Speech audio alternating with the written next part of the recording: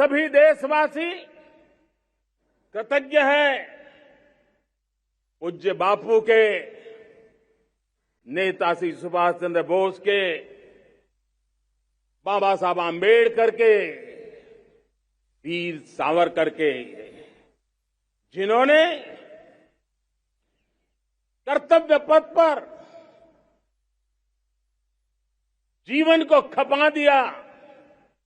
कर्तव्य पथ ही उनका जीवन पथ रहा। यह देश कृतज्ञ है मंगल पांडे, तात्या टोपे, भगत सिंह, सुखदेव, राजगुरु, चंद्रशेखर आजाद, अशफाक उल्लाह खां, राम प्रसाद बिस्मिल, अनगिनत ऐसे हमारे क्रांतिवीरों ने अंग्रेजों की हुकूमत की नींव हिला दी थी।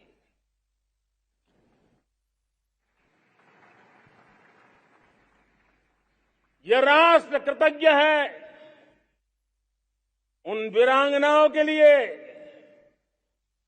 रानी लक्ष्मीबाई हो, झलकारी बाई, दुर्गा भाभी, रानी गाइदिन्ल्यू, रानी चेन्नम्मा, बेगम हजरत महल, बेलू निचियार।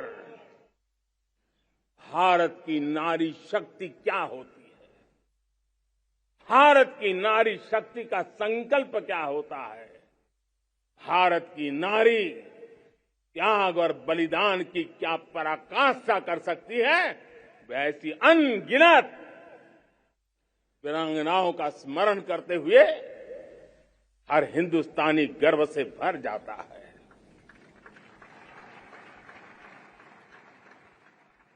आजादी का जंग भी लड़ने वाले और आजादी के बाद देश बनाने वाले भी, डॉक्टर राजेंद्र प्रसाद जी हो, नेहरू जी हो, सरदार वल्लभ भाई पटेल, श्यामा प्रसाद मुखर्जी, लाल बहादुर शास्त्री, दीनदयाल उपाध्याय, जयप्रकाश नारायण, राम मनोहर लोहिया, आचार्य विनोबा भावे, नानाजी देशमुख, सुब्रमण्यम भारती, अनगिनत ऐसे महापुरुषों को आज नमन करने का अवसर है। आज देश का सबसे बड़ा सौभाग्य ये देख रहा हूं कि भारत का जनमन आकांक्षी जनमन है, एस्पिरेशनल सोसाइटी। किसी भी देश की बहुत बड़ी अमानत होती है और हमें गर्व है कि आज हिंदुस्तान के हर कोने में, हर समाज के हर वर्ग में, हर तबके में आकांक्षाएं उफान पर है। देश का हर नागरिक चीजें बदलना चाहता है, बदलते देखना चाहता है, लेकिन इंतजार करने को तैयार नहीं है, अपनी आंखों के सामने देखना चाहता है, कर्तव्य से जुड़ करके करना चाहता है। वो गति चाहता है, वो प्रगति चाहता है। 75 साल में संजोए हुए सारे सपने अपने ही आंखों के सामने पूरा करने के लिए वो लालायित है, उत्साहित है, उतावला भी है।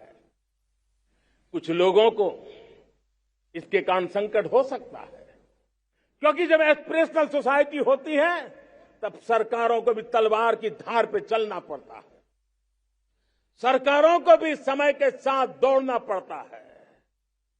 और मुझे विश्वास है, चाहे केंद्र सरकार हो, राज्य सरकार हो, स्थानीय स्वराज की संस्थाएं हो, किसी भी प्रकार की शासन व्यवस्था क्यों न हो, हर किसी को इन एस्पिरेशनल सोसाइटी को एड्रेस करना पड़ेगा।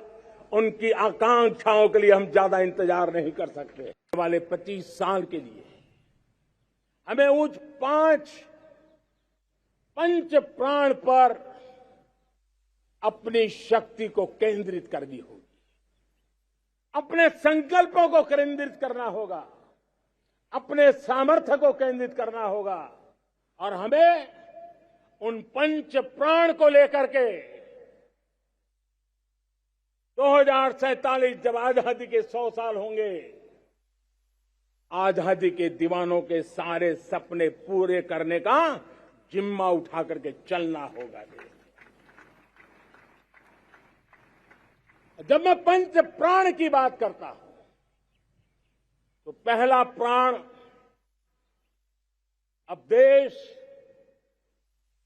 बड़े संकल्प लेकर के ही चलेगा,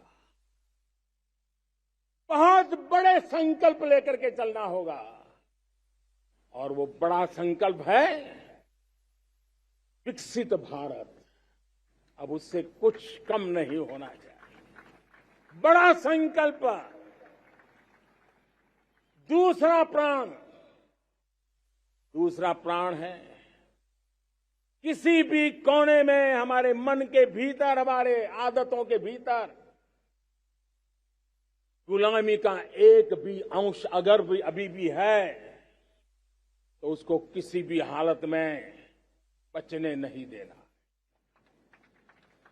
अब 100% सैकड़ों साल की गुलामी ने जहां हमें जकड़ कर रखा है, हमारे मनोभाव को बांध करके रखा हुआ है, हमारी सोच में विकृतियां पैदा करके रखी है, हमें गुलामी की छोटी सी छोटी चीज भी कहीं नजर आती है, हमारे भीतर नजर आती है, हमारे आसपास नजर आती है, हमें उससे मुक्ति पानी ही होगी। ये हमारा दूसरी प्राण शक्ति है। तीसरी प्राण शक्ति, हमें हमारी विरासत पर गर्व होना चाहिए, हमारी विरासत के प्रति, क्योंकि यही विरासत है जिसने कभी भारत को स्वर्णिम काल दिया था, और यही विरासत है जो समय को अनुकूल परिवर्तन करने की आदत रखती है, यही विरासत है जो काल बाह्य छोड़ती रही है, नित्य नूतन स्वीकारती रही है। और इसलिए इस विरासत के प्रति हमें गर्व होना चाहिए। चौथा प्राण, वो भी उतना ही महत्वपूर्ण है और वो है एकता और एकजुटता। 130 करोड़ देशवासियों में एकता, न कोई अपना न कोई पराया। एकता की ताकत एक भारत श्रेष्ठ भारत के सपनों के लिए हमारा चौथा प्राण है। और पांचवा प्राण है नागरिकों का कर्तव्य। नागरिकों का कर्तव्य जिसमें प्रधानमंत्री भी बाहर नहीं होता है, मुख्यमंत्री भी बाहर नहीं होता है, वो भी नागरिक है। नागरिकों का कर्तव्य, यह हमारे आने वाली 25 साल के सपनों को पूरा करने के लिए एक बहुत बड़ी प्राण शक्ति है।